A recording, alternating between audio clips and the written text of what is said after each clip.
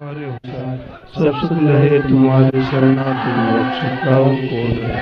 आपन ते समारो आपे तीनों लोक हाँकते का भूत पिशाच निकट नहीं आवे। महावीर जब नाम सुना नासे रोग हरे सब पीरा। जपत निरंतर हनुमत वीर संकट से हनुमान छुड़ावे। मन क्रम वचन ध्यान जो लावे सब पर राम तपस्वी राजा। तिनके काज सकल तुम साज और मनोरथ जो कोई लावे सोई अमित जीवन फल पावे। चारों युग प्रताप तुम्हारा है प्रसिद्ध जगत उजियार। साधु संत के तुम रखवार असुर कंदन राम दुलार। अष्ट सिद्धि नौ निधि के दाता असबर दीन जानकी माता। राम रसायन तुम्हारे पास सदा रहो रघुपति के दास। तुम्हारे भजन राम को पावे जन्म जन्म के दुख बिसराव। अंत काल रघुवरपुर जाई जहाँ जन्म हरि भक्त कहाई। और देवता चित्तन धरे हनुमत से सर्व सुख करे। संकट हरे मिटे सब पीरा जो सुमिरे हनुमत बलबीर। जय जय जय हनुमान गोसाई कृपा करो गुरुदेव की नाय। जो सुंदर पाठ कर को वंदे हनुमान चालीसा गौरी सा तुलसीदास सदारि चेरा। कीजिए नाथ तेरा पावन तनय संकट हरना मंगल मूर्ति राम लखन सीता सहित हृदय में सरस्वरूप सियावर रामचंद्र की जय। रघुवीर रामचंद्र की जय। हनुमान की जय। उमापति महादेव की जय। बोलो सब संतन की जय।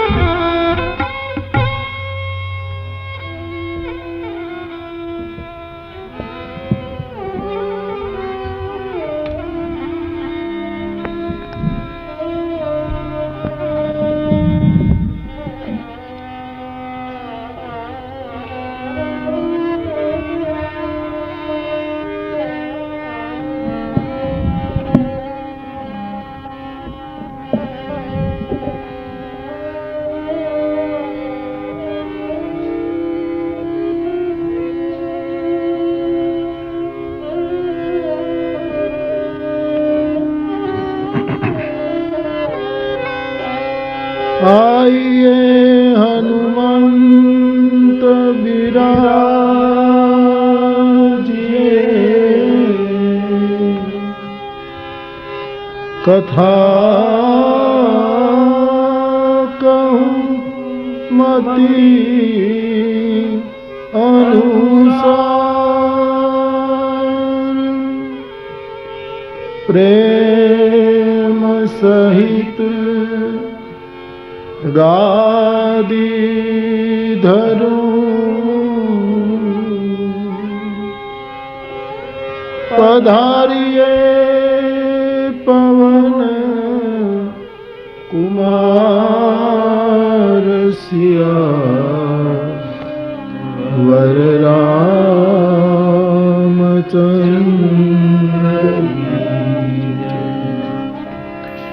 रघुवीर रामचंद्र की पवन सुत हनुमान की उमापति महादेव की बोलो भाई सब संतन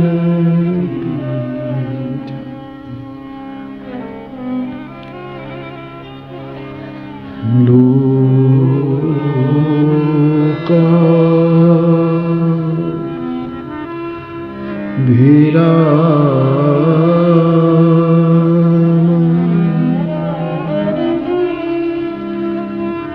रण रंग धीरं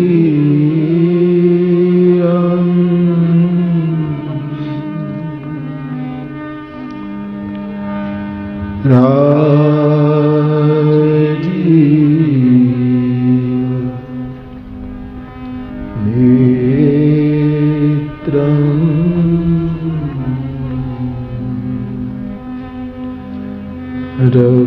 रघुवंश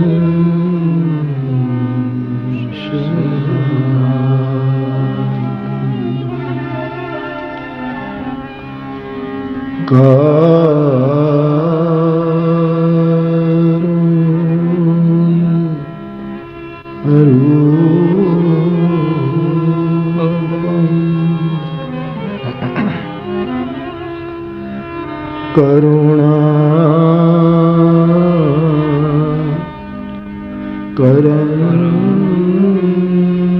करंतं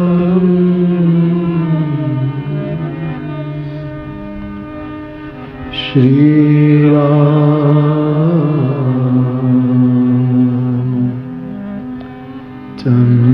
रामचंद्रं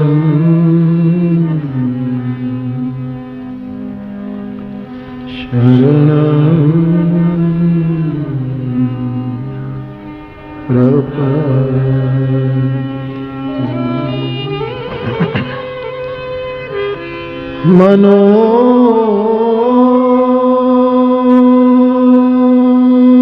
मनोजवं मारुत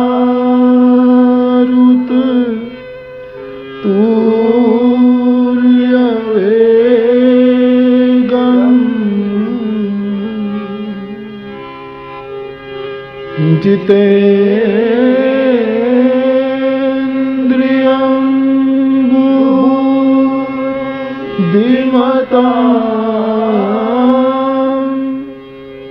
वरिष्ठं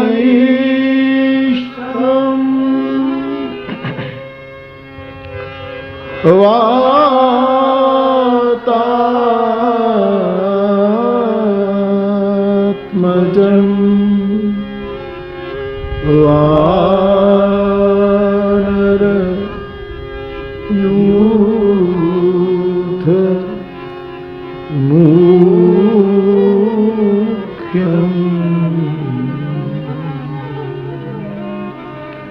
श्री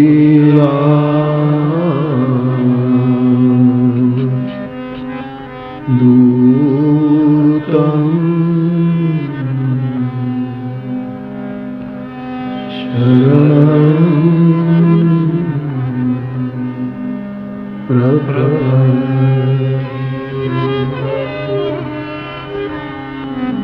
बोलिए रामचंद्र भगवान की जय। श्री बालकृष्ण भगवान की जय। सद्गुरु भगवान की जय।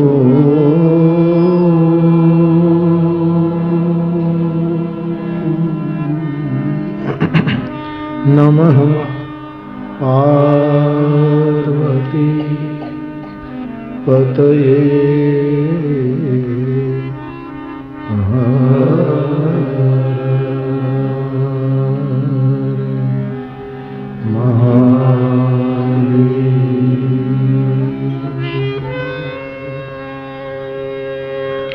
श्री राम जय राम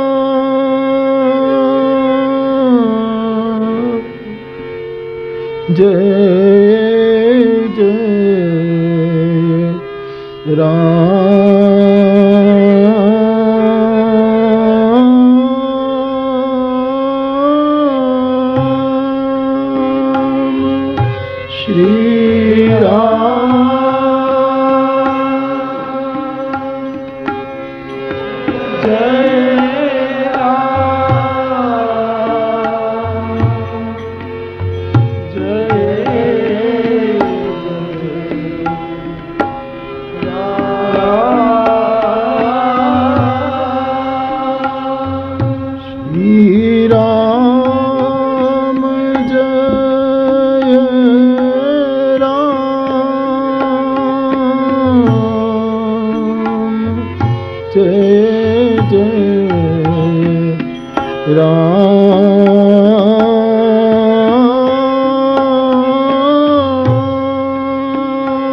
श्री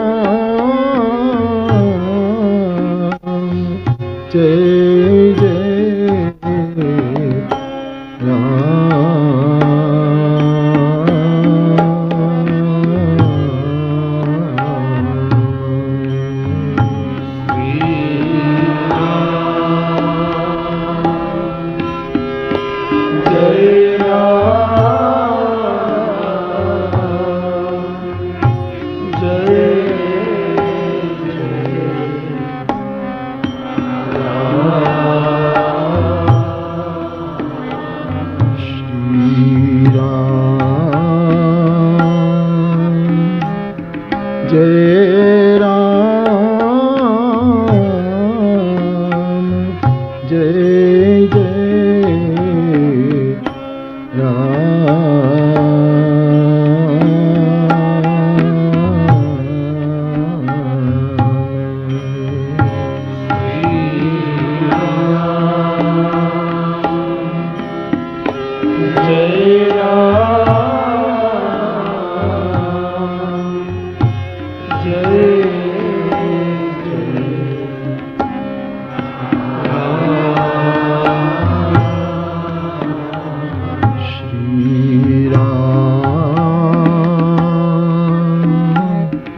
जय राम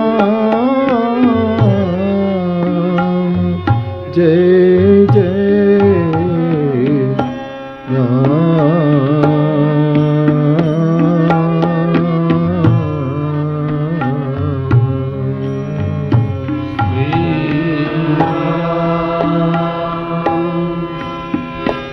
जय राम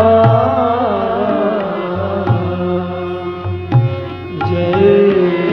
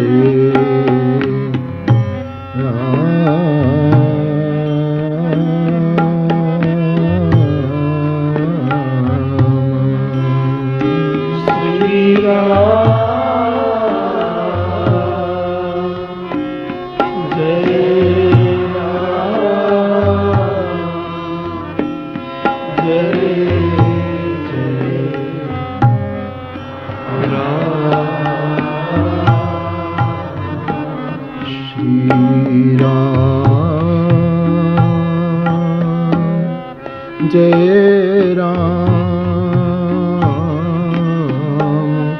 जय जय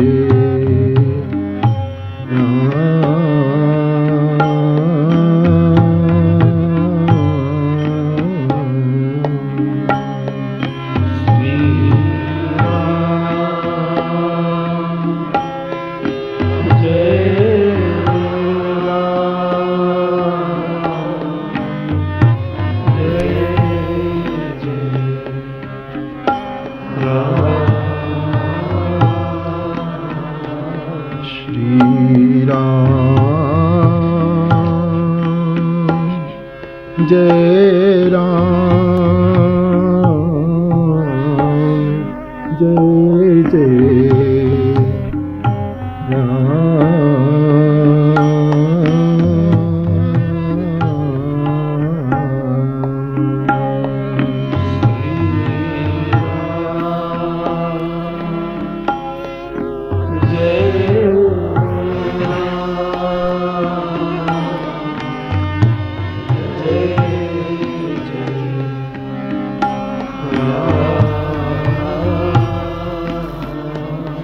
जय जय जय जय राम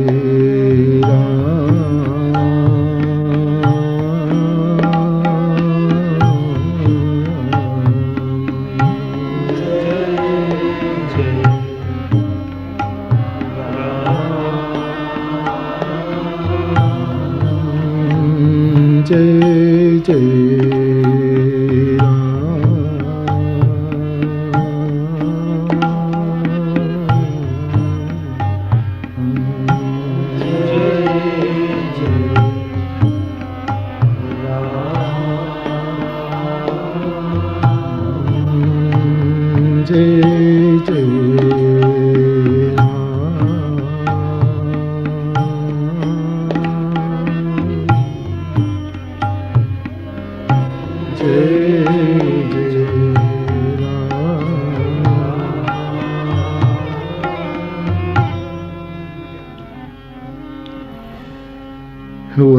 वसुदेव सुतं देवं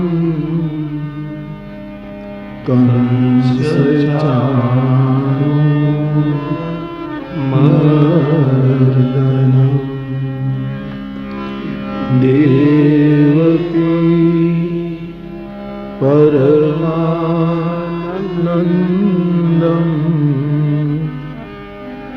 कृष्णं वन्दे जगद्गुरुं कृष्णं वन्दे जगद्गुरुं कृष्णं वन्दे जगद्गुरुं। बोलिए गिरिराजधरण की श्री द्वारिकाधीश की श्याम सुंदर श्री यमुने महारानी की श्री वल्लभाधीश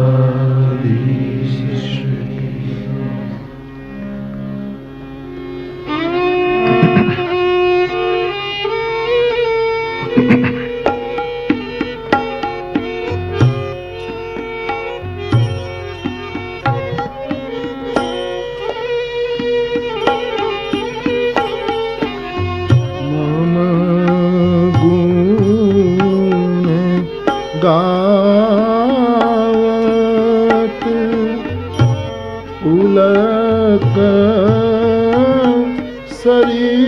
शरीरा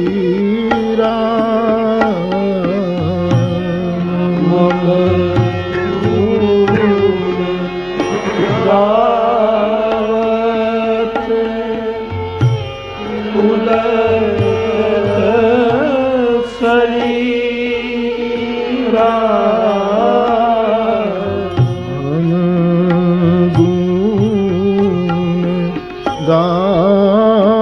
गावत उलक शरीरा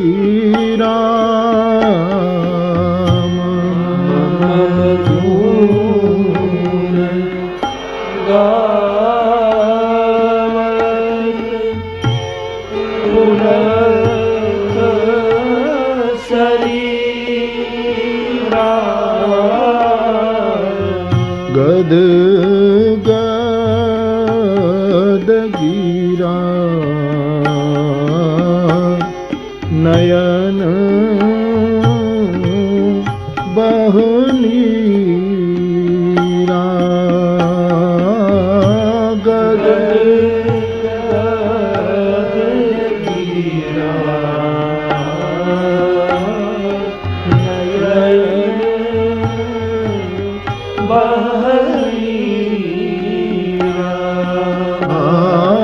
गद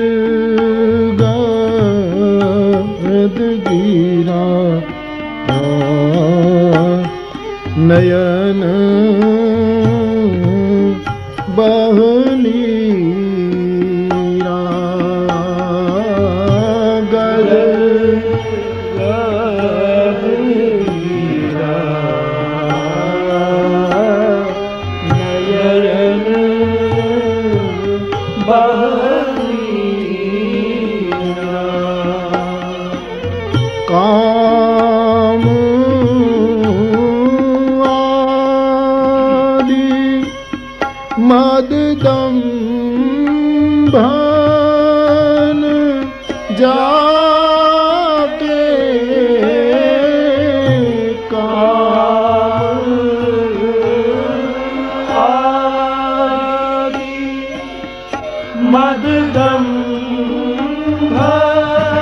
मददम्भन जाके काम आदि मददम्भन जाके काम आदि मददम्भन जाके आत निरंतर बस में आके तात निरंतर बस में आगे तात निरंतर बस में आके तात निरंतर बस आके मम गुण गावत पुलक शरीरा मम गुण गावत पुलक शरीरा गद गद गिरा नयन बहनीरा गद गद गिरा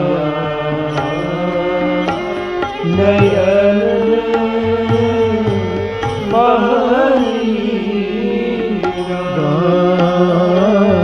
पुलक शरीरा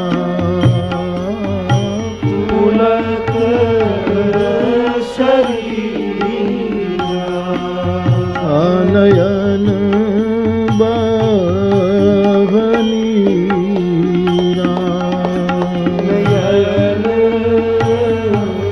बहनिया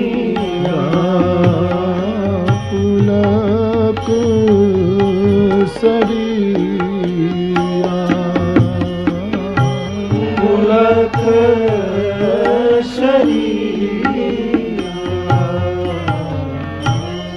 बोलिए हनुमान जी महाराज जी।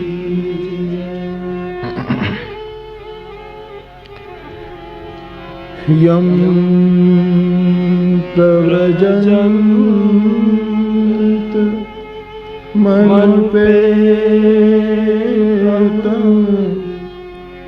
एत क्रूरम्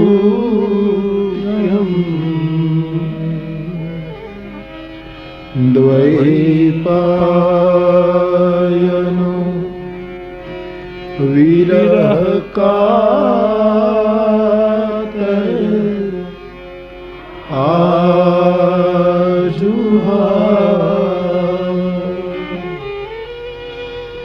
पुत्रेति तन्मयतया तरलो भिनेदु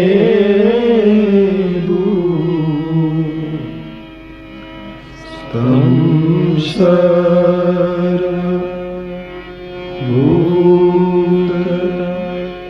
हृदयम्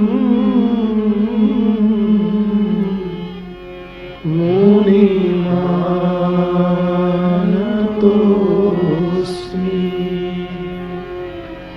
तं सर्वभूत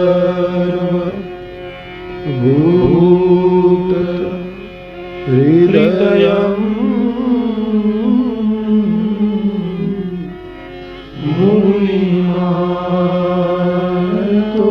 मुनिमानतोऽस्मि तं सर्वभूत हृदयम् मुनिमानतोऽस्मि। बोलिए सुखदेव जी महाराज की जय।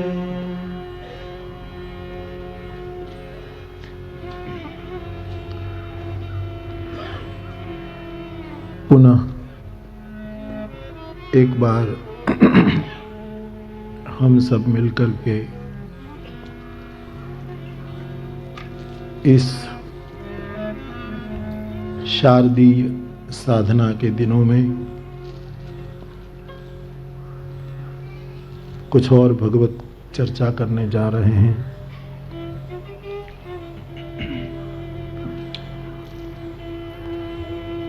श्रीमद् भागवत जी के 10वें स्कंद के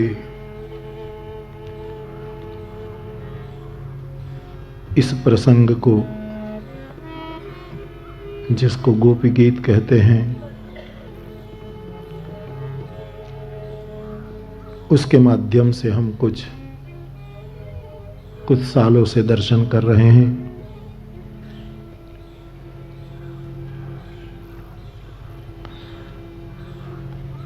पांच श्लोकों की व्याख्या संतों से जो सुना, कहीं कुछ पढ़ लिया, कहीं अरस-परस वार्तालाप में कुछ बात समझ में आई, और बाकी जो व्यास गादी ने प्रेरणा दी सो आपके सामने रखा गया। इस शारदीय नवरात्र में छठा श्लोक जिसका हम दर्शन करेंगे,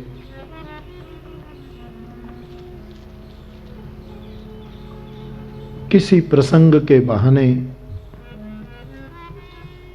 किसी ग्रंथ के बहाने, किसी पात्र के बहाने, किसी सूत्र के बहाने सत्संग करना है और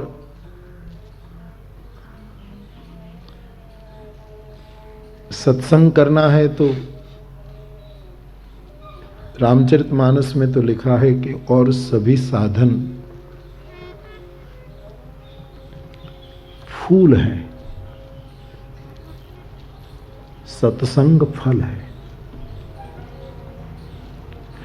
लेकिन कोई फल हमको मिले तो उसके कई उपयोग हो सकते हैं, कई प्रकार के इससे लाभ हो सकते हैं। सत्संग से मूलतः क्या लाभ होता है? क्यों कोई न कोई बहाना खोजकर हम सत्संग करते हैं? इससे फायदा क्या है? वैसे तो सत्संग के अनंत फायदे हैं, लेकिन मूलतः मेरी समझ में और अनुभव में जो उतर रहा है वो तो ये है कि सत्संग अंतःकरण पर काम करता है। कोई ये सोचे तो बड़ी भ्रांति में है और उस भ्रांति जितना हो सके जल्दी टूटनी चाहिए। सत्संग करने से कोई भौतिक लाभ नहीं होता कभी भी। सत्संग से धंधा बढ़ जाए ऐसा भी कभी नहीं होता। हो जाए तो मुझे कोई आपत्ति नहीं, मैं राजी हूं, लेकिन वास्तविक धरा पर नहीं दिखाई देता। सत्संग से कुछ और लाभ हो जाए वो भी वास्तविक धरा पर नहीं दिखाई देता। सत्संग का मूलतः फल ये है मेरे भाई बहन, आप भी सोचिएगा। यहां कोई उपदेश तो नहीं है, यहां तो आपस में चर्चा है जो शास्त्र के माध्यम से सही लग रहा है। आप सोचिएगा, आपको निमंत्रण है।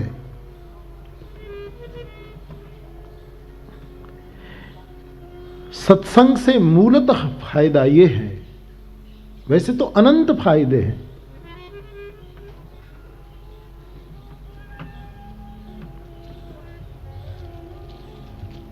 क्योंकि संतों के गुण अनंत हैं, इसलिए संतों के संग करने के फायदे भी अनंत हैं। लेकिन मूलतः ये फायदे हैं, ऐसा मेरी व्यासपीठ को लगता है। पहला,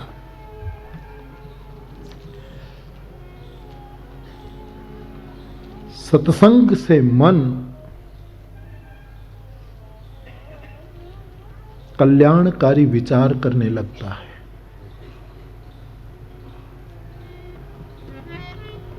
मन का लक्षण है विचार करना, करता रहता है। चंचलम ही मनः कृष्ण।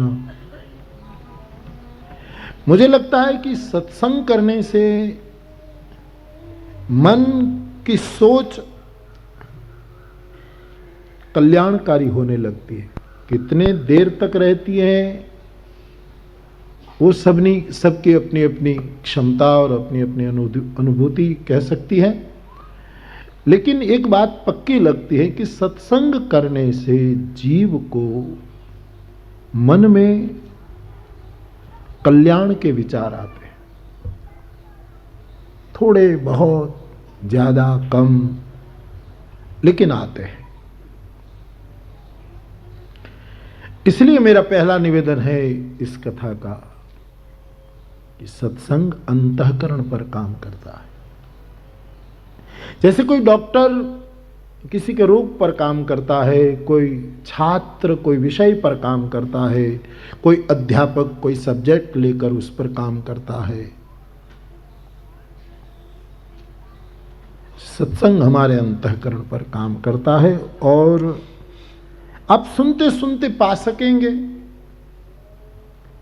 कि मन में विचार कल्याण के उठेंगे। अब कहां तक कितने आप पर छोड़ देता हूं, लेकिन उठते हैं जरूर।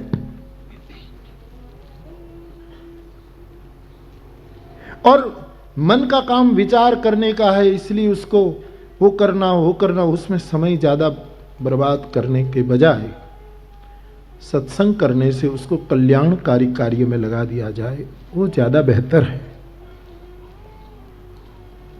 सूत्र के रूप में समझ लीजिए। तो सत्संग करते करते मन शिवम की ओर गति करता है। तन में मन शिव संकल्पमस्तु।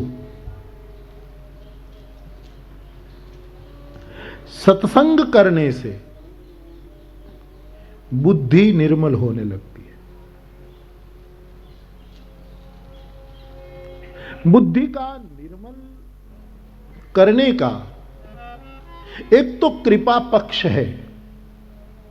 हमारे वेद में 3 कांड है, लेकिन सामवेद में 2 गुप्त बातें बताई हैं।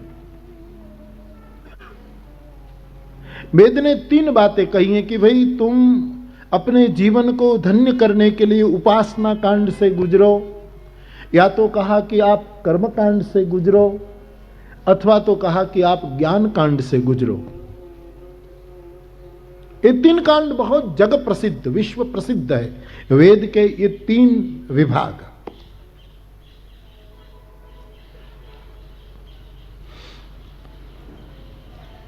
कर्म से पाया जाए, ज्ञान से पाया जाए, उपासना से पाया जाए। लेकिन सामवेद ने 2 बात बहुत गुप्त रूपेण जोड़ी हैं, और वो बहुत आवश्यक है। सामवेद ने एक बात और जोड़ी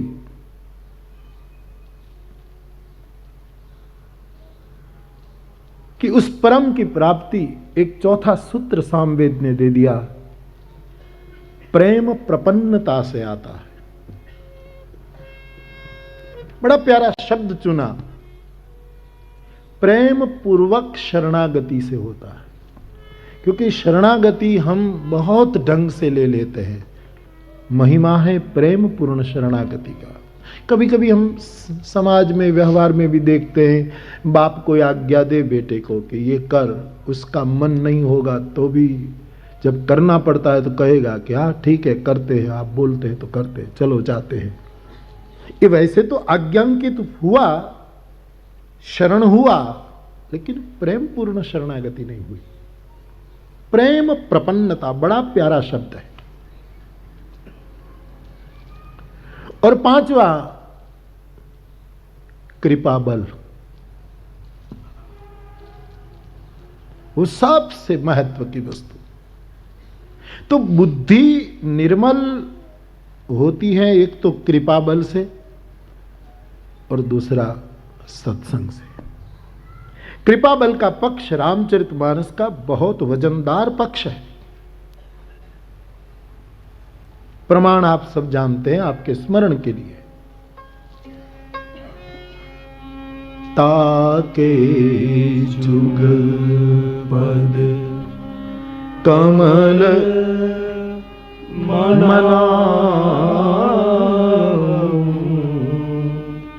ताके जुग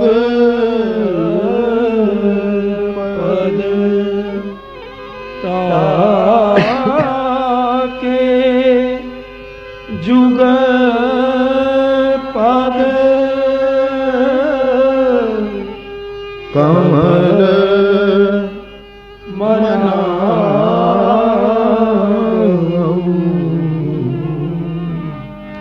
जासु कृपा निर्मल मति जासु कृपा निर्मल मति।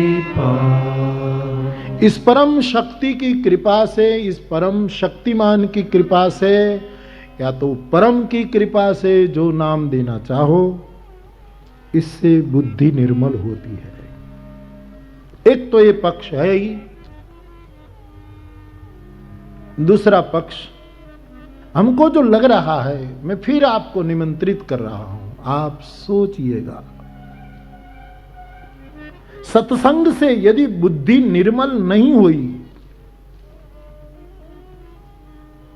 तो समझना कि ये सत्संग था कि नहीं, वो निर्णय करना पड़ेगा।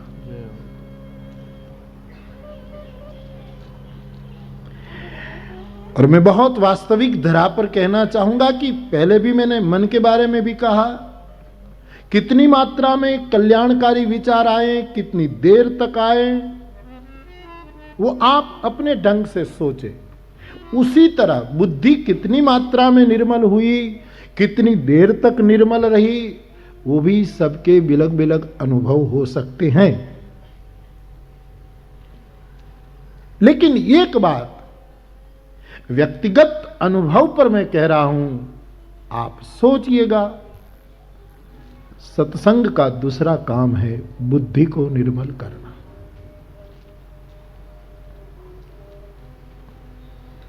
धीरे धीरे धीरे धीरे बुद्धि विशुद्ध होती चलेगी।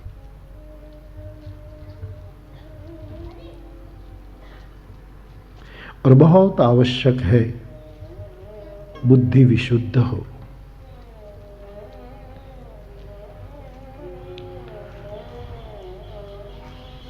तीसरी बात, सत्संग के माध्यम से चित्त एकाग्र होता जाता है। चित्त की स्थिरता, चित्त का निरोध कितनी मात्रा में, कितना समय, आप पर। लेकिन एकमात्र उपाय है, हां, पतंजलि भगवान ने जरूर कहा है कि योग से चित्त वृत्ति का निरोध होता है। वो अद्भुत है, लेकिन हम जैसे लोगों के लिए कहां इतना सरल है। अनायास सत्संग से चित्त एकाग्र होने लगता है, क्योंकि चित्त का एक लक्षण है एकाग्र होने का। ये चित्त का एक लक्षण है, उसका एक स्वभाव है एकाग्र होना। स्वामी राम तीर्थ कहा करते थे कि जापान में, वो अपना अनुभव दोहराते थे, कहते थे कि जापान में, टोक्यो में एक गोरी चमड़ी वाला, एक कोई पाश्चात्य जगत का आदमी रास्ता भूल गया।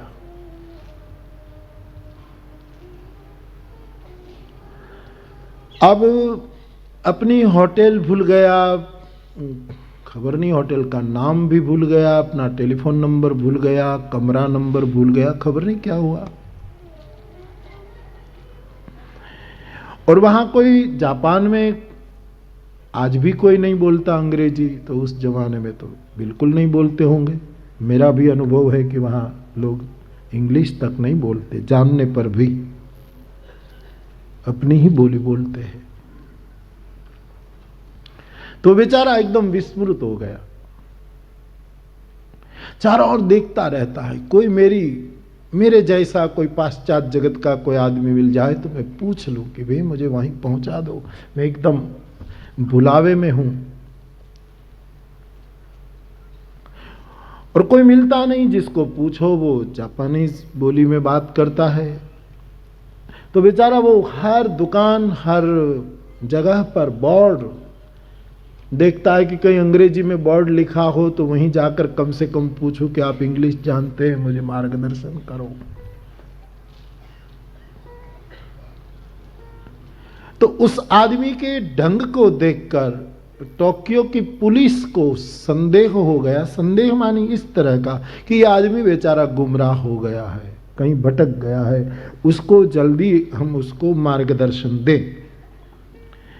तो स्वामी रामतीर्थ अपनी डायरी में लिखते हैं कि वो आदमी जा रहा था और पीछे पुलिस की गाड़ी थी और पुलिस हॉर्न बजा रही थी। 10-15 मिनट तक पुलिस की गाड़ी पीछा कर रही है और हॉर्न बजा रही है, लेकिन वो आदमी बस इधर उधर उसी में लगा है, धुन में लग गया है, कोई मिल जाए बस उसी में इतना एकाग्र हो गया कि पीछे पुलिस की गाड़ी है, कोई आवाज दे रहे हैं, वो सुनाई नहीं दिया। आखिर में बहुत समय हुआ, तब अचानक वो एकदम अपनी इस धुन से जागरूक होता है और पीछे मुड़ता है तो पुलिस नीचे उतर कर एकदम आती है और उसको मार्गदर्शन देती है कि आप बुलावे में हैं, हम आपको मदद कर सकते हैं, हम 10-15 मिनट से आपके पीछे आवाज कर रहे हैं, लेकिन आप खबर नहीं कहां खोए हुए थे।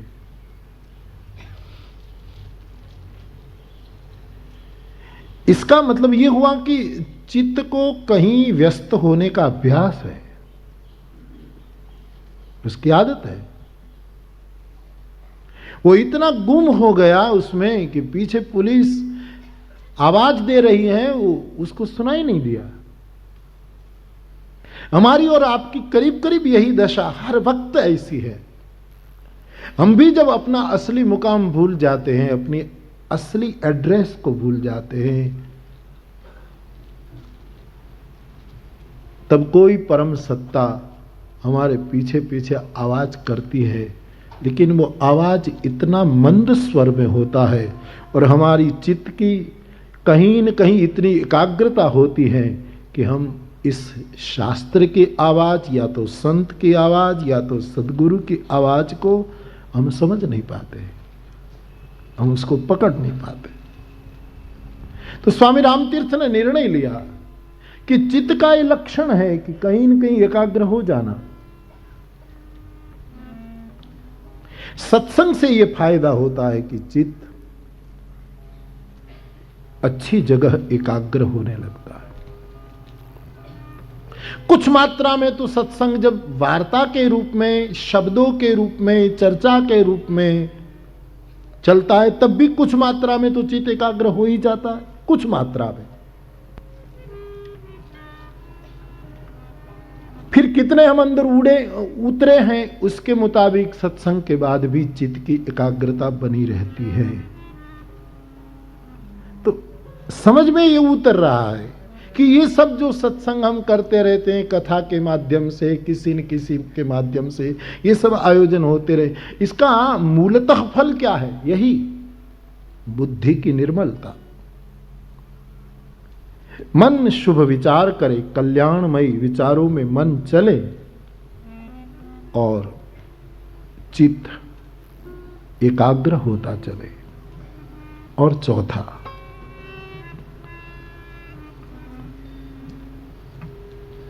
अहंकार का नाश हो, अहंकार की मात्रा कम हो,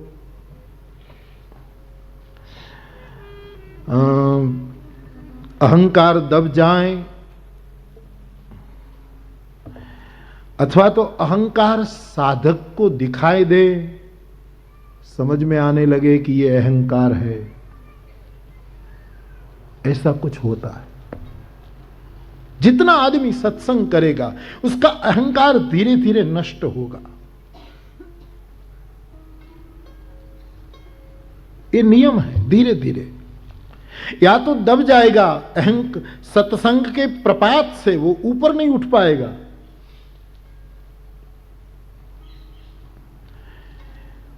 या तो सत्संग के माध्यम से साधक अहंकार के असली रूप को समझने लगेगा, समझ पाएगा।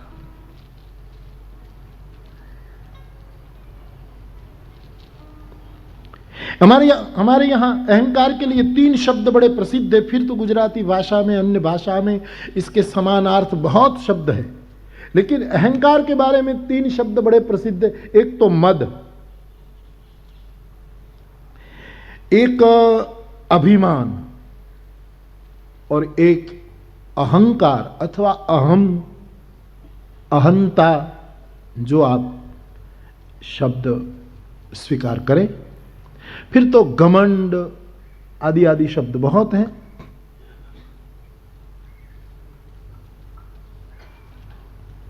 ये तीनों के अपने अपने क्षेत्र है, तीनों का अपना अपना स्वभाव है, तीनों का अपना अपना रूप है।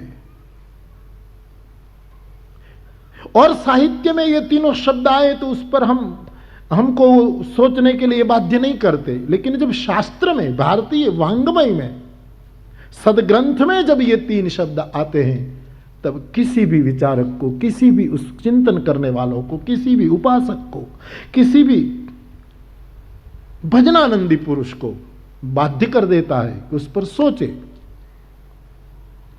मद, अभिमान, अहंकार, तीनों के अपने अपने क्षेत्र हैं,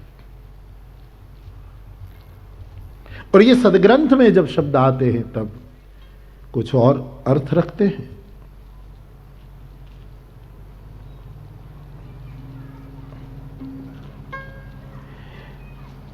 एक दो बात आज पहले दिन कर, क्योंकि ये पूरा प्रसंग जो गोपी गीत का है उसके मूल में मद है। तासाम तत्सौभग मदम वीक्ष मानम च केशवः प्रशमाय प्रसादाय तत्रैव अंतर्धीयत। गोपियों को मद आ गया और मद के कारण इस मद को शांत करने के लिए और कृपा बरसाने के लिए भगवान गोपी जनों के बीच से अंतर्ध्यान हो गए, अथवा तो अंतर्ध्यान नहीं हुए। कई अर्थ महात्माओं ने कहे कि वहीं के वहीं थे, लेकिन मद के कारण दिखाई देते बंद हो गए। भगवान नहीं गए, वो जाए तो जाए कहां? मद के कारण। तो इस पूरे गोपी गीत के मूल में मद पड़ा है, और ये गोपी गीत की चर्चा भी हम इसीलिए करते हैं कि हमारे जीवन में भी मद पड़ा है, और इस मद का प्रशमन हो और प्रसाद की वर्षा हो जाए, और जो परमात्मा हमको दिखाई नहीं दे रहा है वो किसी न किसी रूप में हमारे अनुभव में आए। मूल में मद पड़ा है। एक वस्तु आप समझ लीजिए, उस पर सोचिएगा। मद व्यक्ति का स्वभाव नहीं होता। कभी भी मद, जिसको फिर हम अहंकार कहते हैं, अभिमान कहते हैं, लेकिन मद कभी स्वभाव नहीं होता।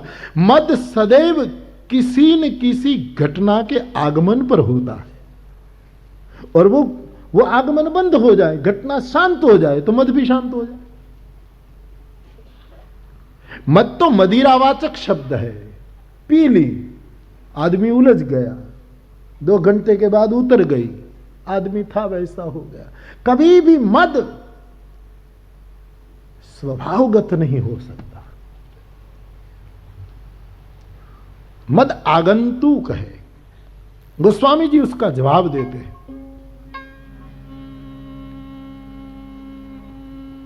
प्रभुता पाई जाही मद।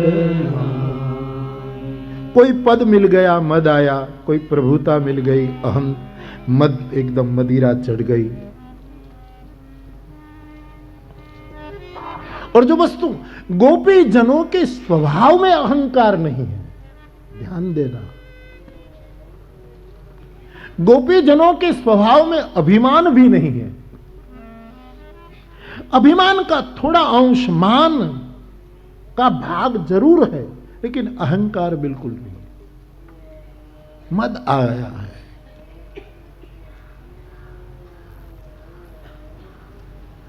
मद की स्थिति आगंतुक है। शराब पी ली और आदमी थोड़ा ये हो गया, उतर गई, फिर ठीक हो गया। कोई पद मिल गया, कोई प्रतिष्ठा मिल गई, थोड़े पैसे मिल गए, थोड़ा सम्मान मिल गया, थोड़ा मद आ गया, फिर उतर जाता है। गोपी जनों के जीवन में ये मद की समस्या है। उतर जाएगी, निकल जाएगी। तो मद का ये लक्षण है। मद किसी वस्तु या किसी घटना के संबंध पर होता है। अहंकार स्वभावगत होता है, और स्वभावगत अहंकार को मारना वो सत्संग का बहुत बड़ा महत्व का कार्य होता है। मद को छोड़िए। अब ये तो प्रेम कथा है ना श्रीमद् भागवत जी तो, और इसमें भी ये प्रसंग, ये सब गोपी जनों का आक्रंद जो है, इनका जो गाना है फिर रोना है, इस सब के पीछे प्रेम काम कर रहा है। प्रेम के बारे में भी आप सोचिए। प्रेम के भी दो रूप समाज में नजर आते हैं। व्यक्ति का प्रेम जब किसी संबंध को पकड़ता है तब उस प्रेम को राग बनने में देर नहीं लगती, लेकिन प्रेम जब स्वभाव होता है तब वैराग्य होने में देर नहीं लगती। इस मूलतः बात को समझिएगा। लोग कहते हैं हमको इनसे प्रेम है, हमको इस वस्तु से प्रेम है, व्यक्ति से प्रेम है, चित्र से प्रेम है। प्रेम जब संबंध पैदा करता है तब सदैव थोड़ा राग पैदा कर ही देता है, लेकिन प्रेम जब स्वभाव होता है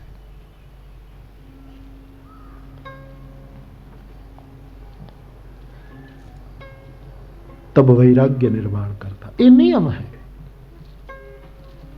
इसलिए भगवान के से भक्ति मांगने की जब बात आए तब साथ साथ ये भी सोचना कि हे प्रभु, प्रेम संबंध अच्छी वस्तु है, व्यवहार की धरा पर अच्छी वस्तु, कोई बुरी वस्तु नहीं है, लेकिन राग से बहुत सावधान रहना पड़ेगा।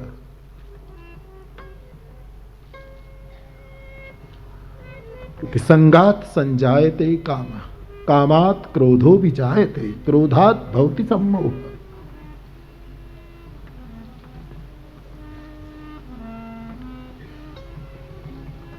एक वस्तु में संबंध जुड़ गया, एक वस्तु में हमारा प्रेम है, वस्तु बड़ी प्रिय लग रही है, तो उसमें राग पैदा होगा, उसको छोड़ने में कष्ट होगा।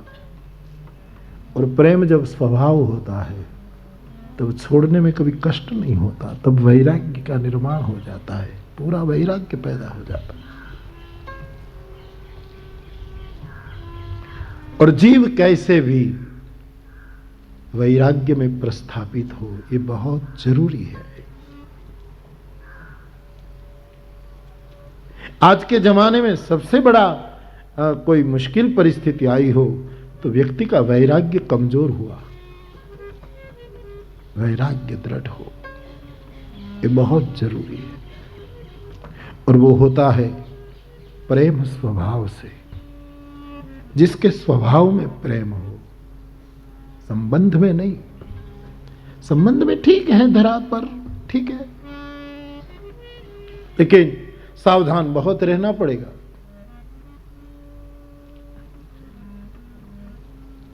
तो मद की मूल बात यह है मेरे भाई बहन, वो आगंतुक है। गोपी जनों में मद आ गया, उसमें अहंकार नहीं है, मद आया। थोड़ा रूप का, थोड़ा कृष्ण हमको बहुत प्रेम करते हैं, हमारे बिना उसको चलता नहीं, हमको देखता रहता है, हमारे साथ रास करता, आदि आदि जो बातें गोपी जनों के मन में उठी। और इस सौभाग्य मद के कारण ये पूरा प्रसंग उठा है। और फिर गोपी जनों ने कितने कदम उठाने पड़े उस दिखाई देते जो प्रभु जो बंद हो गए उसको पुनः प्राप्त करने के लिए, उनके दर्शन के लिए। तो गोपी गीत के माध्यम से हम हमारे जीवन का दर्शन करें।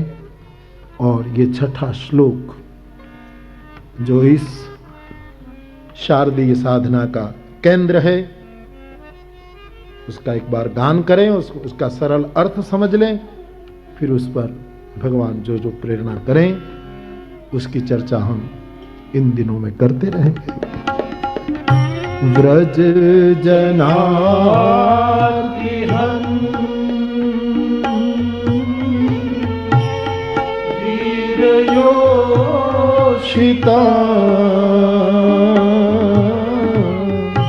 निज जन स्मय त्वंसरासित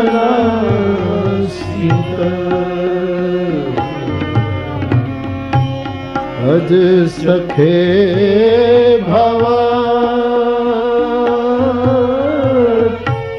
किंकरी स्मरो जलरुहाननम्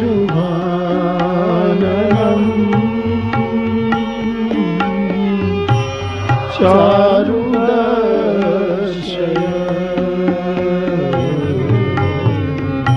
व्रज जनार्दिहन्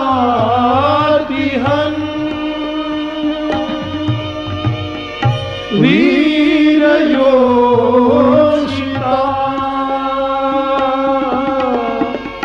निज जन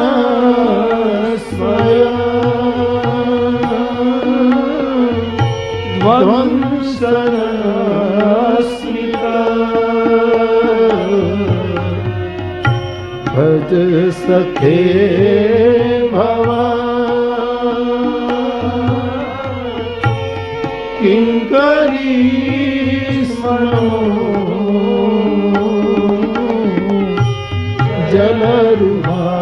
जलरुहाननम्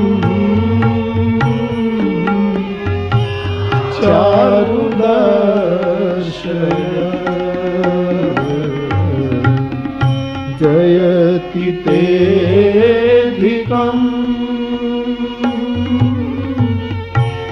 जन्मना व्रज श्रयत इंदिरा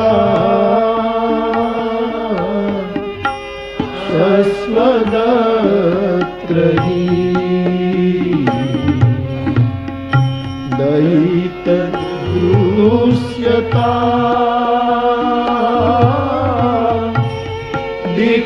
दीक्षुतावता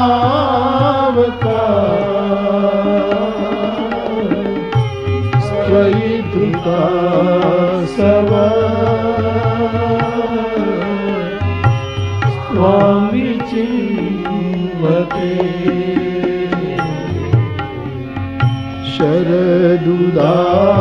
शरदुदाशये साधु जात सरसी जोदर श्री वृषादृशा सूरत हाथ ते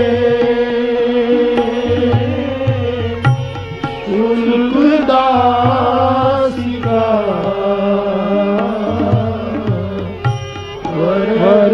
वरदनिघ्न तो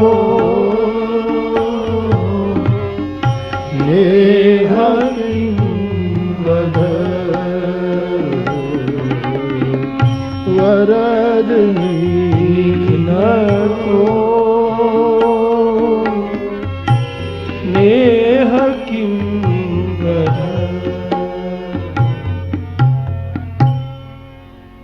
व्रज जनों की आरतियों को हरण करने वाले हे वीर शिरोमणि,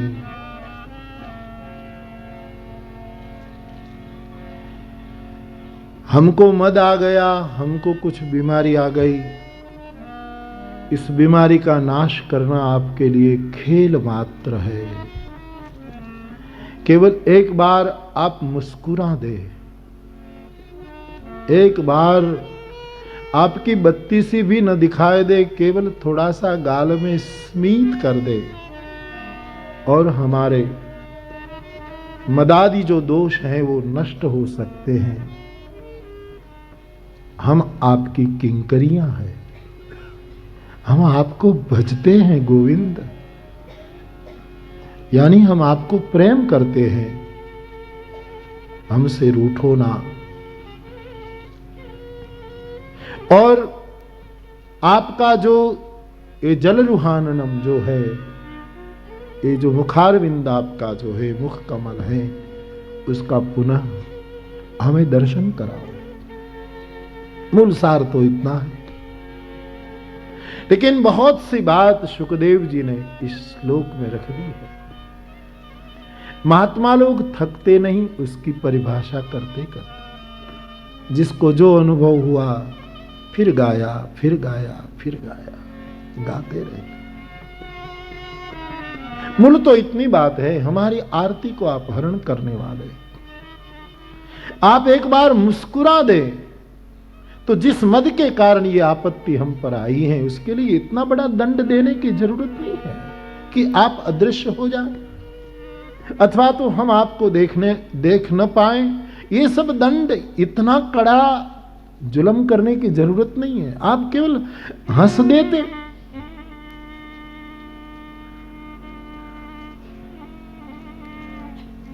अरे सामान्य आदमी हंस देता है तो भी आदमी ढीला हो जाता है,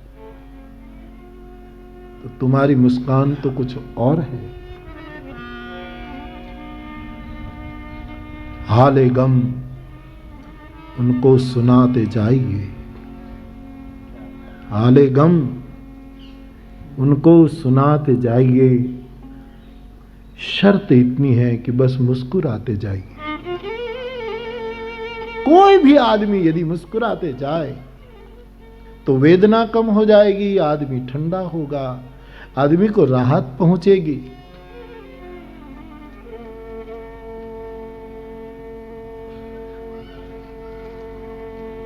कई महात्मा ऐसे हुए हैं, कई संप्रदायों में उसका जीवन का पूरा सूत्र हंसना था। खास करके मैं मानस पर बुद्ध को कहां वो है वो मैं खोज रहा हूं, इसलिए बुद्ध भगवान के मूल चरित्र को देख रहा हूं। और इस बुद्ध की परंपरा में जो जैन संप्रदाय आया, उसमें कई महात्मा ऐसे हुए, उसका जीवन का एकमात्र केंद्र बिंदु था हंसना, और कुछ नहीं करते थे। बाजार में निकलेंगे, भिक्षा के लिए निकलेंगे, भिक्षा करेंगे, सोएंगे, बस एकमात्र उसका जीवन था हंसते रहना, बस हंसना ही हंसना। और ये बात बड़ी मार्मिक लग रही है। जिसको जिस दवा से मिला तंदुरुस्त और स्वास्थ्य, उसने उसकी घोषणा की। मेरी व्यास गादी कहती रहती है, अश्रु और आश्रय दो ही उपाय हैं मेरे अनुभव में। हंसने का विरोधी नहीं हूं, मैं भी बोलता रहता हूं हंसने पर, क्योंकि समाज को हंसना चाहिए। कई लोगों को हंसने में सदियां बीत गई हैं, हंसे नहीं, सालों से हंसे नहीं, ये जरूरी है। लेकिन जहां तक मेरा प्रवाह है, मेरी गति है, अश्रु और आश्रय की गति है। मैं जो समझ रहा हूं वो ये है, मेरा सरदर्द उतरा है बस उसी से, मैंने कुछ तंदुरुस्ती पाई है उसी से। अश्रु चाहिए आदमी को।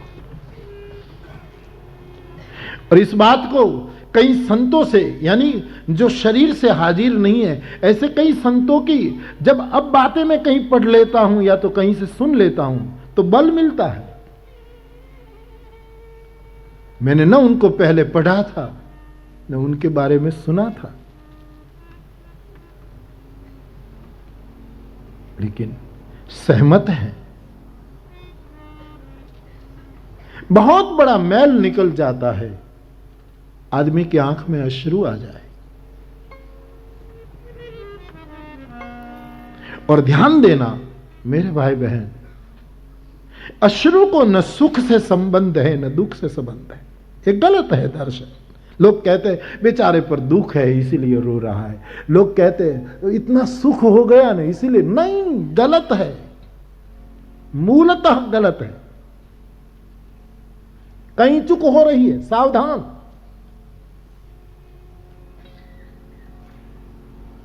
आंसू न सुख के होते हैं न दुख के होते हैं, आंसू सुख या दुख के अतिरेक के होते हैं।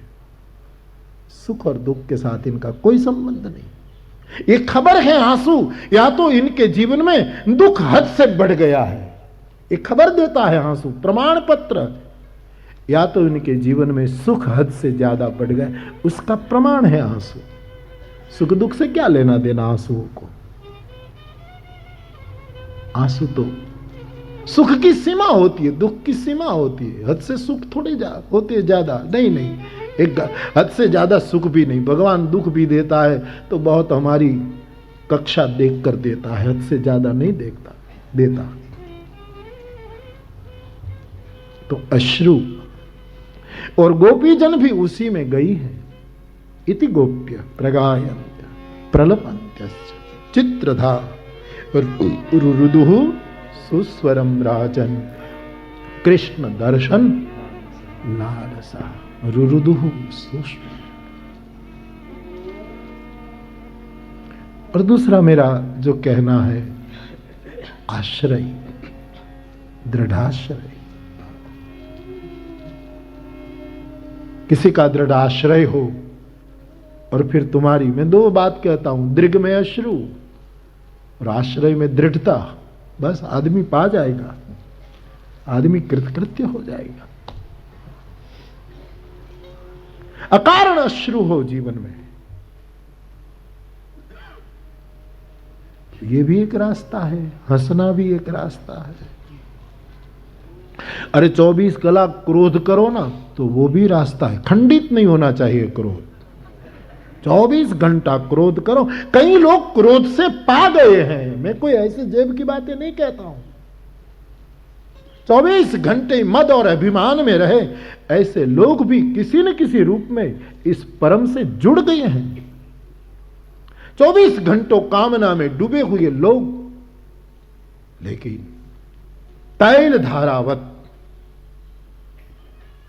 वो चलता रहे। निश दिन बरसत नैन हमारे, जिसकी आंख में निरंतर आंसू, उसके वश में निरंतर वो काम आदि मद दंभन जाके तात निरंतर बस में दागे। तो सबका अपनी अपनी राह है। जिसने जिस रास्ते से थोड़ा कुछ पाया उसके बारे में वो बहुत मजबूती से बोलेगा। तो मैं भगवान बुद्ध के मूल चरित्र को देख रहा था, तो उसमें आता है कि कई लोग उसके फिर संप्रदाय जो बने उसके, इनमें कई लोग केवल हंसना ही समझे, जीवन में हंसो बस। इसलिए इन लोगों ने तो भगवान बुद्ध की मूर्ति भी लाफिंग बना दी, हंसते बुद्ध बना दी, उसके बुद्ध भी हंसते हैं। तो हाले गम उनको सुनाते जाइए, शर्त इतनी है बस मुस्कुराते जाइए, इतना ही। फूंकने से पहले मेरा दिल निकाल लेना, सूफी कहता है कि मुझे जलाने से पहले, मेरा अग्नि संस्कार करने से पहले एक काम करना भाई, कि मेरे दिल को निकाल लेना, बाहर कर देना, फिर मुझे जलाना। फूंकने से पहले मेरा दिल निकाल लेना, क्योंकि ये किसी की है अमानत, कहीं साथ जल न जाए। एक कोई और को मैंने दिया है, एक किसी को समर्पित हुआ है, और मेरे शरीर के जलने के साथ वो, ये है एक मार्ग। मुस्कुराते जाइए, तो एक ये भी मार्ग है भाई। तो गोपीजन कहते हैं, निज जनस्मय ध्वंसन स्मित। स्मित केवल आपका पर्याप्त था। आप इतना बड़ा दंड क्यों देते हैं?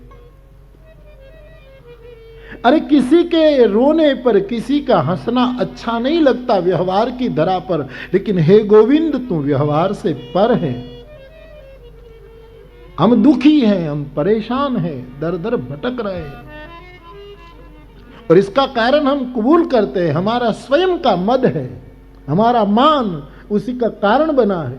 ये जो तुम्हारे विरह का भवन जो हमने निर्माण किया है, उसके नींव में जो रोड़ा और ईंटा डाले हैं वो हमारे स्वयं के मद है, उसी पर ये इमारत बनी है।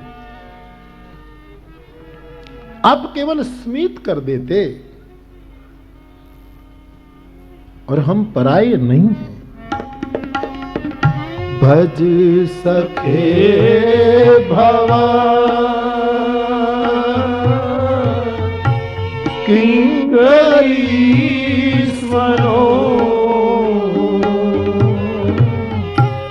जलरुहानयम्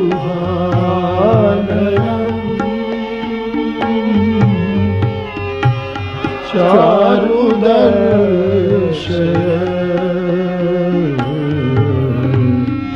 व्रज जनार्तिहन्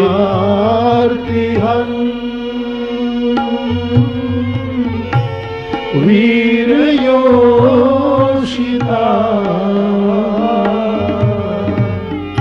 निज जन स्वयं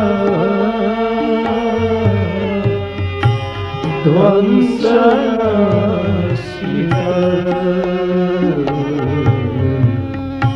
भज सखे भवा किंकरीश्वरो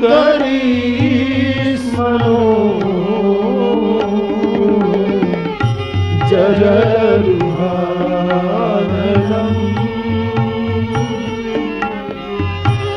चारुदर्शय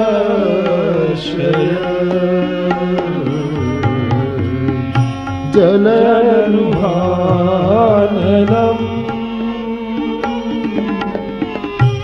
चारुदर्शय। तो आपके मुखारविंद के हमको दर्शन करा दीजिए, ये मांग गोपीजन इस मंत्र में कर रही है। उसकी चर्चा इस नवरात्र में हम रोज थोड़ी थोड़ी करेंगे। मूल में बात बस इसी सत्संग के माध्यम से, इन शास्त्रों के शब्दों के माध्यम से हमारा मन कल्याणकारी हो। प्रत्येक व्यक्ति सोचे जितनी उम्र गई गई, लेकिन अब गंभीर हो जाओ। अब हमारा मन कल्याणकारी हो। गया गया, अब हमारी बुद्धि ज्यादा से ज्यादा निर्मल हो।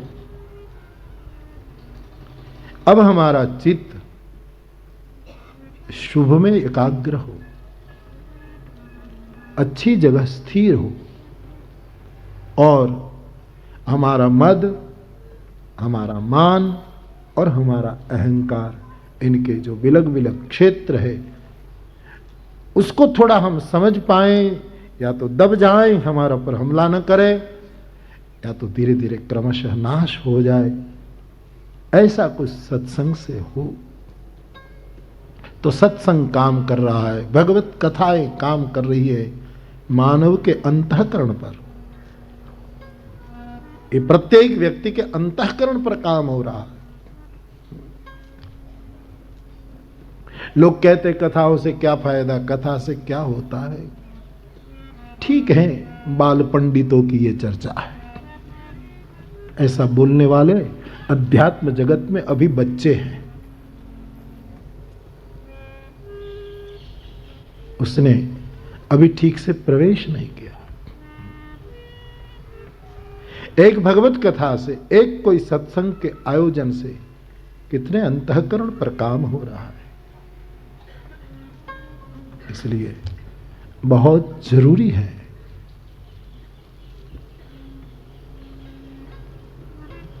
तो मेरे भाई बहन, आप सब फिर एक बार सादर आमंत्रित हैं। इस नवरात्रि में गोपी गीत के माध्यम से हम भगवान की चर्चा करने जा रहे हैं। बिलग बिलग सूत्र, बिलग बिलग शास्त्रों से जो बातें अनुभव में खरी उतर जाती हैं, कोई न कोई बात से भगवान करे हमारा बुखार उतर जाए, हम स्वस्थ हो जाए, हम ठीक हो जाए। इसलिए ये सब आयोजन है। और कोई अच्छी जगह में कोई रुपया खर्च कर दे, कोई अस्पताल हो जाए, कोई स्कूल बन जाए, कोई कुछ, ये बहुत जरूरी है। इसमें लगाई धनराशि ये अच्छा काम है, लेकिन जिन पैसों से अंतःकरण पर काम होता हो वो कुछ कम नहीं है। ये मैं बोलूंगा तो कोई कहेगी ये कथा की ज्यादा वो बड़ाई कर रहे हैं, लेकिन ये सबसे ऊंची बात है। क्योंकि आदमी का अंतःकरण बन जाएगा तो शायद दवा खाने की भी जरूरत न पड़े। आदमी का अंतःकरण विकसित हो जाएगा तो संभव है आदमी शिक्षित भले कम हो लेकिन दीक्षित जरूर हो जाएगा। ये बहुत बड़ा होगा। तो इस नवरात्रि में हम आगे चर्चा करेंगे। रोज इस बार मैंने आपकी बात मान ली है। वैसे मैं कोई जड़ आदमी तो नहीं कि न मानूं, मान ली है बात कि बापू, सब ने कहा कि बापू रात को ये नवरात्रि गरबी रास ये रात को 1, 2, 3 बजे तक सब चलता है, फिर सुबह 6:30, 7 बजे सब। और मैंने थोड़ा देखा भी कि फिर जितना मैं देख पाता हूँ इसमें कई लोग परिश्रम के कारण, रात ठीक से नींद नहीं करने के कारण सुबह सुबह थोड़ा विश्राम कर लेते हैं कथा में।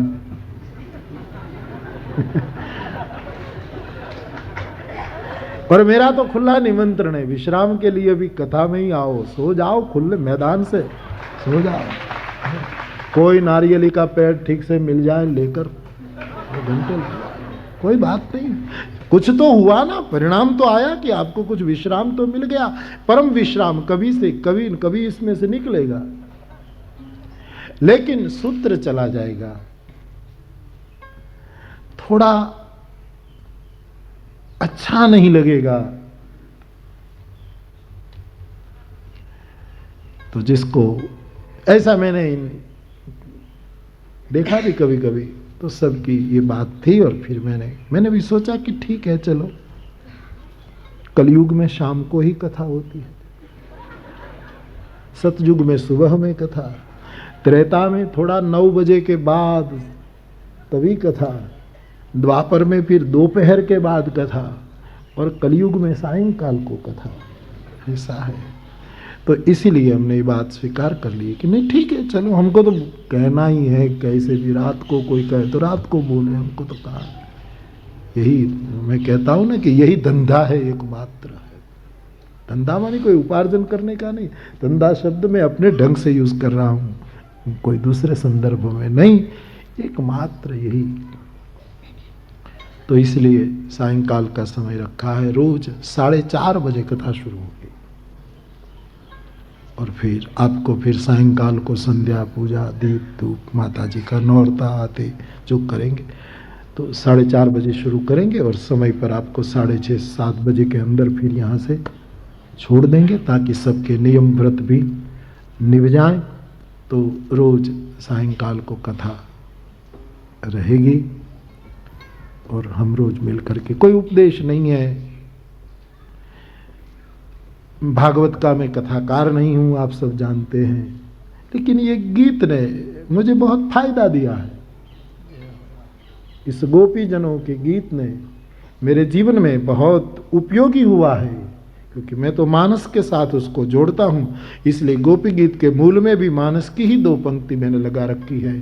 मम गुण गावत पुलक शरीरा, गद गद गिरा नयन बहनीरा, काम आदि मद दम भन जाके, तात निरंतर बस में ताके। तो हम सब मिल करके चर्चा करेंगे, भगवान करे कुछ और फायदा हो जाए, कुछ और परिणाम मिल जाए। तो आज से आरंभ हुआ ये शारदीय अनुष्ठान, 9 दिन तक चलेगा। 1-2 सूचना भी दे दूं, फिर आखिर में कीर्तन करा करके आज के बातों को। रोज सुबह पाठ यहाँ रामचरितमानस का, मूल में तो सालों से पाठ हो रहा है, तलगाजड़ा में होता रहता है, यहाँ होता रहे, सब अपने अपने ढंग से करते नवरात्रि में, चैत्र में, उसी में। तो आपको भी मेरा दबाव तो नहीं, लेकिन जहाँ तक संभव हो, यहाँ तो यहाँ तलगा जड़ा में होमात्मक हो रहा है, वहाँ जो ठहरे हैं वो वहाँ बैठ सकते हैं। यहाँ जो है जहाँ आपकी रुचि और मन में भाव हो तो पाठ जरूर करिए। मैं भी चला जाता हूँ रामबाड़ी रोज, तो मैं वहीं पाठ कर लेता हूँ।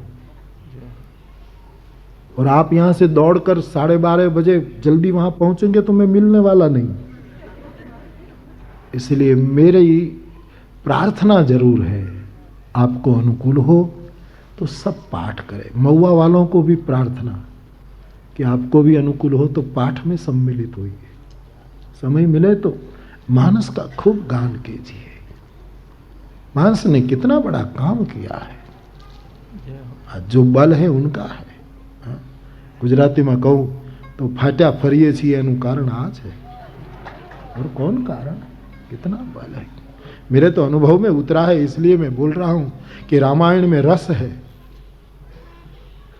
रस तो है ना, आपको रस आता है, और नवरस है काव्य के, साहित्य के, और फिर प्रेम रस है, और ध्यान रस है, न जाने कितने कितने रस गोस्वामी जी ने, तो रस है इसमें। रामायण में स्पर्श है। कोई चौपाई, कोई श्लोक, कोई भी कथा में स्पर्श होता है, ध्यान देना, तुमको टच करेगा। कोई चौपाई महत्व की जगह पर आ जाए तो रोमांचित हो जाओगे, आंख में अश्रु आ जाएंगे, हंस पड़ोगे, रो लोगे, एकदम भाव में आ जाओगे। तुमको स्पर्श करता है। रस तो है ही, ये मेरे कहने से आप मान लो, ऐसी कोई बात नहीं। मानस में रस है, शास्त्र में रस है, और स्पर्श भी है, शब्द भी है। शब्द का तो खजाना है, शब्द तो ब्रह्म है, शब्दों से भरा है। लेकिन दो बात, जितना भीतर उतरोगे तो और महसूस करोगे, उसको रूप भी है। जितना आदमी ज्यादा साधना करेगा, चौपाई का, श्लोक का, मंत्रों का एक रूप बनता है। इसका एक रूप भी है और अपनी एक विशिष्ट गंध भी है। पांचों है, शब्द, स्पर्श, रूप, रस और गंध। तीन तो हम सब अनुभव करते हैं। स्पर्श होता है चौपाई का, रस आता है, और शब्द तो है ही, कान में जाते हैं, उच्चारते हैं, शब्द तो है ही। लेकिन दो वस्तु जितना हम शास्त्रों में भीतर जाएंगे, उसका एक रूप बनता है। प्रत्येक चौपाई श्रृंगार सजकर आती है। हाय हाय, अपना एक रूप है। इसलिए इस शास्त्र का अहोभाव व्यक्त कर रहा हूं। और हर श्लोक, हर मंत्र का एक गंध होती है, एक विशिष्ट सुगंध होती है, एक खुशबू होती है उसमें। इन सब का अनुभव धीरे धीरे अंदर उतरने से होता है। इसलिए आप सब, भागवत जी का पाठ तो होता ही है यहाँ, क्योंकि भागवत जी के प्रसंग पर चर्चा है। लेकिन वो सब नहीं कर पाते तो 2-3 पंडित लोग कर लेते हैं। और आप सब वैसे मानस का पाठ खूब करते हैं, लेकिन ये प्रसंग है, अवसर है, तो जितना आप कर सको, आपकी रुचि हो, दबाओ कोई नहीं। यहाँ तलगा जरड़ा या तो अपने कमरे में जहाँ भी करना हो कर सको तो, न कर सको तो भी कोई चिंता नहीं, बाप का घर है, मौज करो, कोई चिंता नहीं। लेकिन फिर भी यदि हो सके तो बड़ी अच्छी बात है। तो क्योंकि मैं यहाँ कुछ 5 दोहे तक तो बैठता हूँ, फिर यहाँ से उठकर रामबाड़ी चला जाता हूँ। तो आप फिर पीछे पीछे जाए तो मैं तो जहाँ तक यहाँ का पाठ पूरा नहीं होगा तब तक करीब करीब अंदाज पर 12:30 तक तो चलेगा, तब तक तो मैं भी वहाँ बैठा रहता हूँ। और मेरी प्रार्थना है कि वहाँ भी कोई ना आए पीछे पीछे, वहाँ मैं रोज अकेला बैठता हूँ, इसलिए वहाँ भी।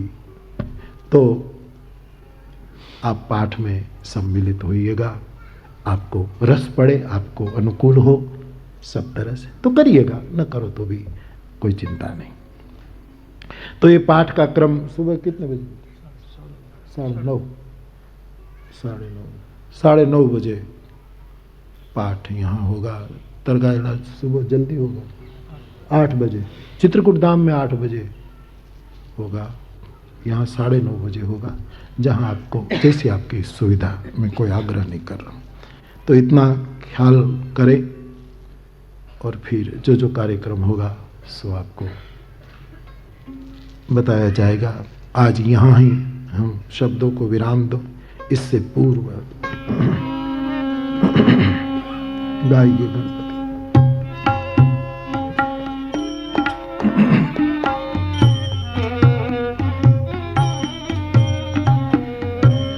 गाइए गणपति जगवंदन,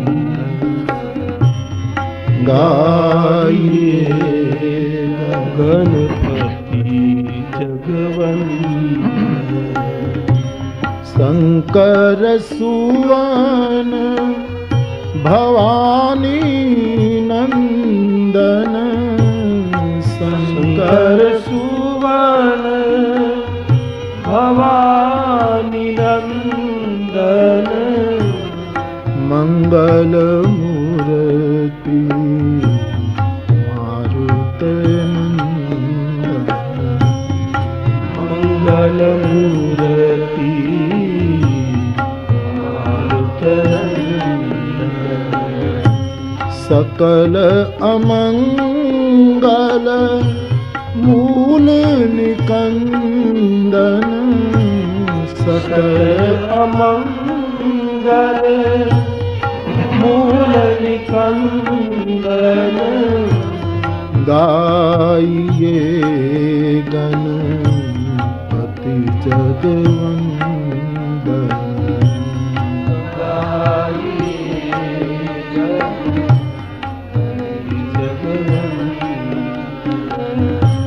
मंगल मूर्ति मारुत नंदन।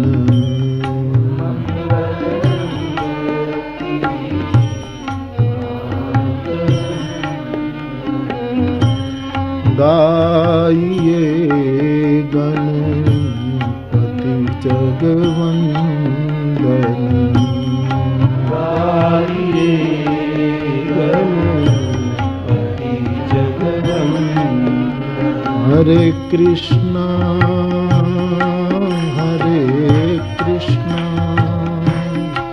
कृष्ण कृष्ण हरे हरे, हरि बोल। हरे कृष्णा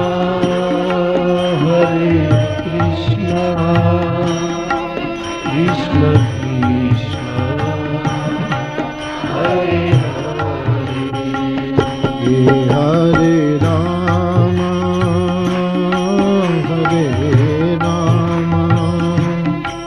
राम राम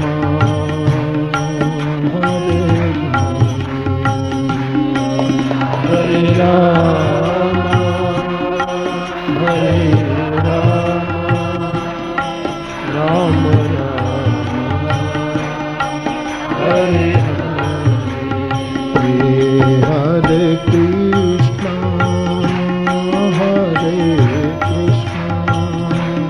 कृष्ण कृष्ण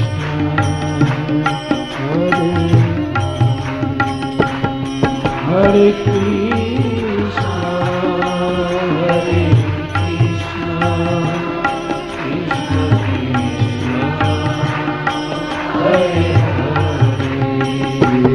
कृष्ण कृष्ण हरे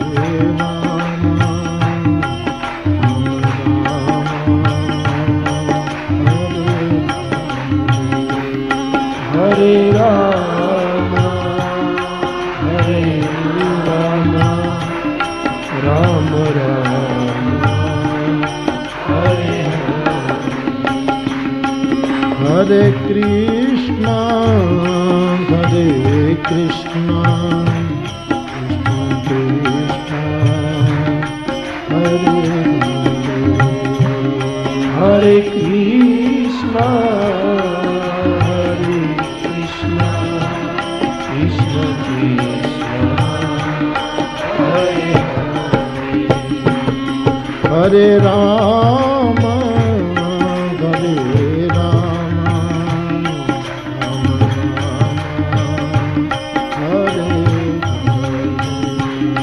हरे राम हरे राम, राम राम हरे हरे।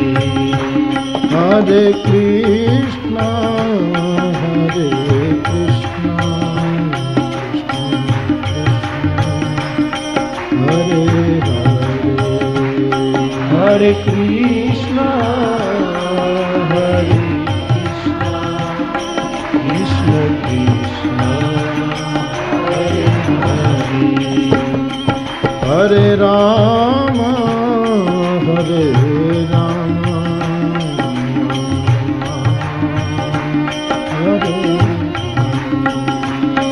हरे राम हरे राम, राम राम हरे कृष्णा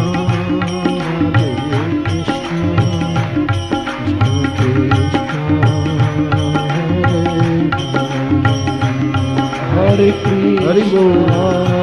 हरे कृष्ण कृष्ण कृष्ण हरे हरे राम हरे राम राम राम हरि बोल।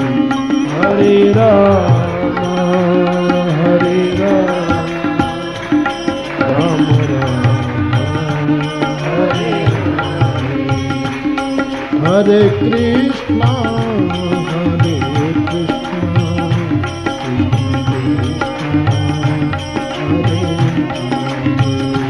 हरे कृष्ण हरे कृष्ण कृष्ण कृष्ण हरे हरे। हरे राम हरे राम राम हरे राम हरे राम, राम राम हरे हरे। हरे कृष्णा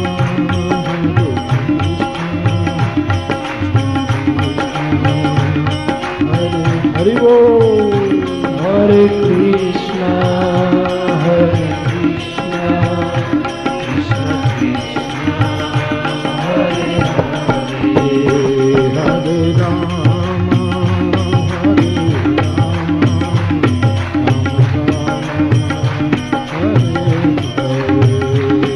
हरे राम हरे राम, राम राम हरे हरे। हरे कृष्णा हरे कृष्णा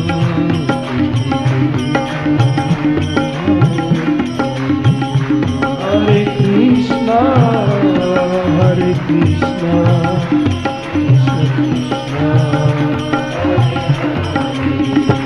हरे राम हरे राम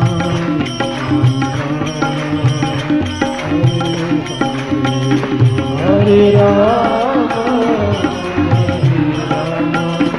राम राम हरे हरे। हरे कृष्णा हरे कृष्णा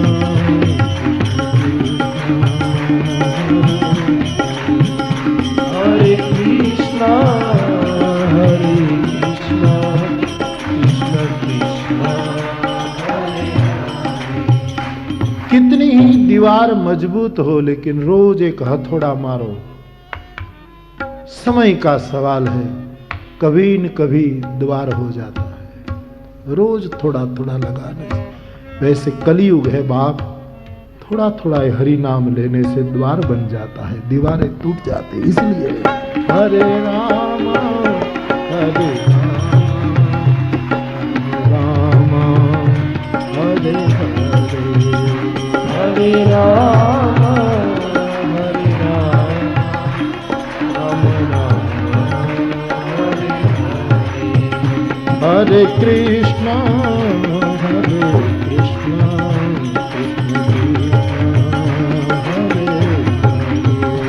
हरे कृष्णा कृष्ण हरे राम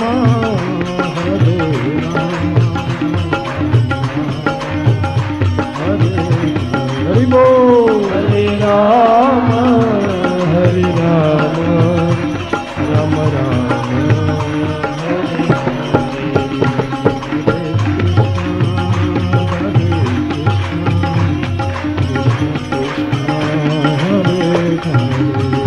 हरे कृष्णा कृष्ण कृष्ण हरे हरे हरे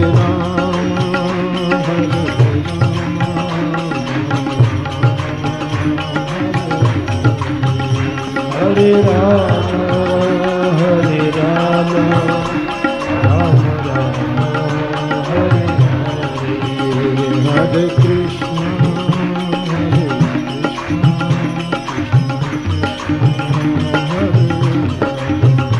हरे कृष्ण कृष्ण कृष्ण हरे हरे हरे राम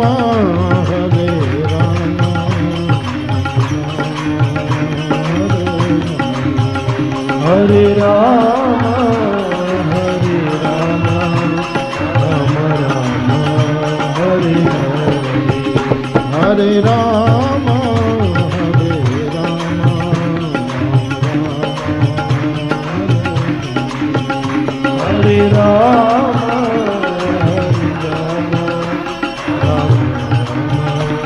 हरे हरे राम हरे राम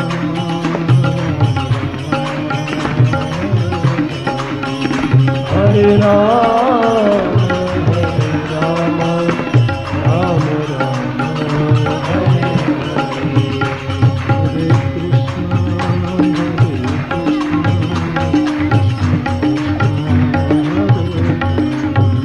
हरे कृष्ण कृष्ण कृष्ण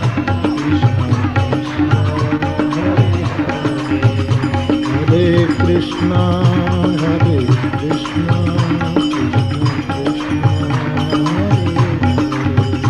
हरे कृष्ण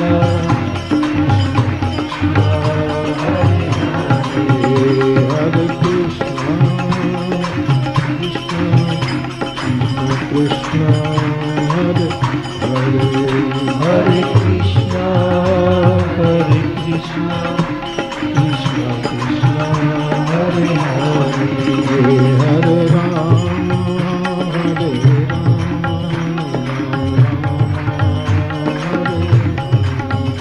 हरे राम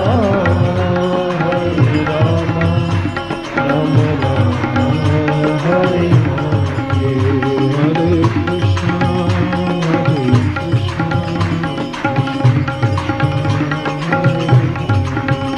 हरे कृष्ण कृष्ण कृष्ण हरे हरे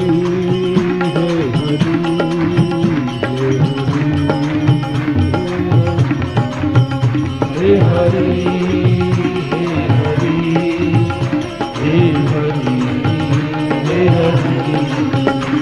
हरि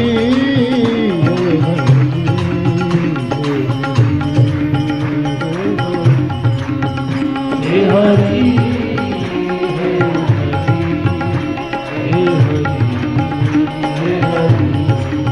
हे हरि हे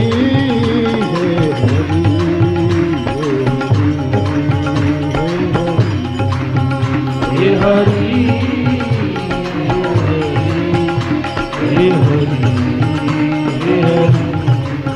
हे हरि हे हरि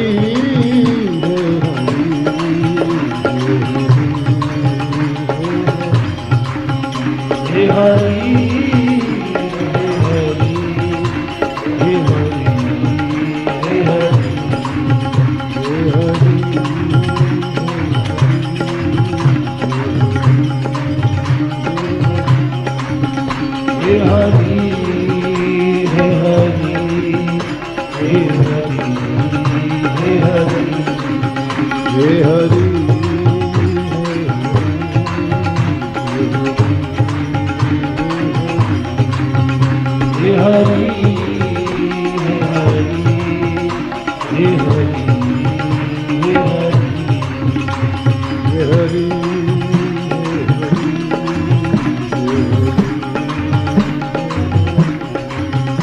हे हरि हे हरि हे हरि। जय जय श्री राधे, जय जय श्री राधे, जय जय श्री राधे। भरोसो दृढ़ इह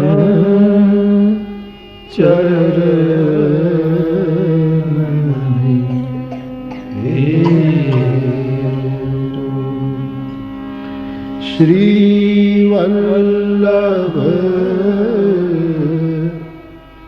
नख चंद्र छटा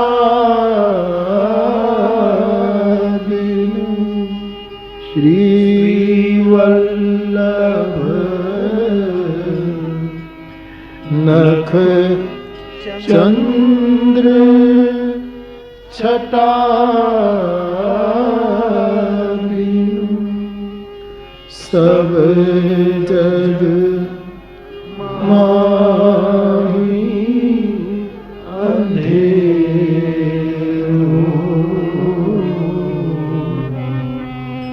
भरोसो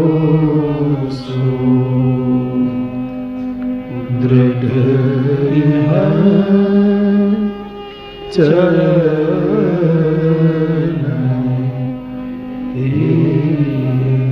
श्री गिरिराज धरण की, श्री द्वारिकाधीश की, श्याम सुंदर श्री यमुने श्री वल्लभाधीश, पवन तनय संकट हरण, मंगल मूर्ति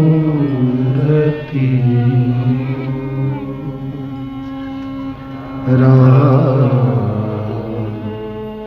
लखन सीता सहित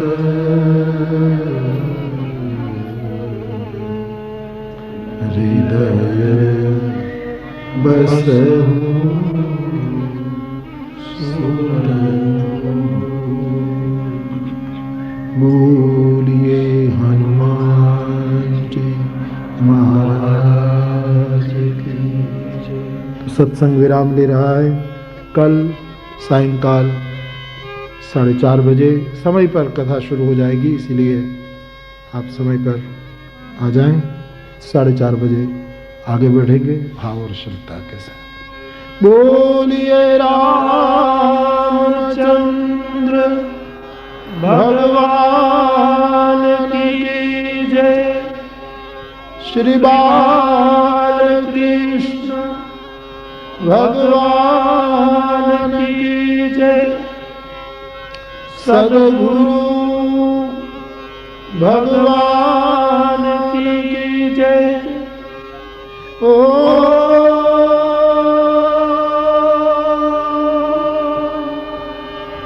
नमः पार्वती पतये हर हर महादेव।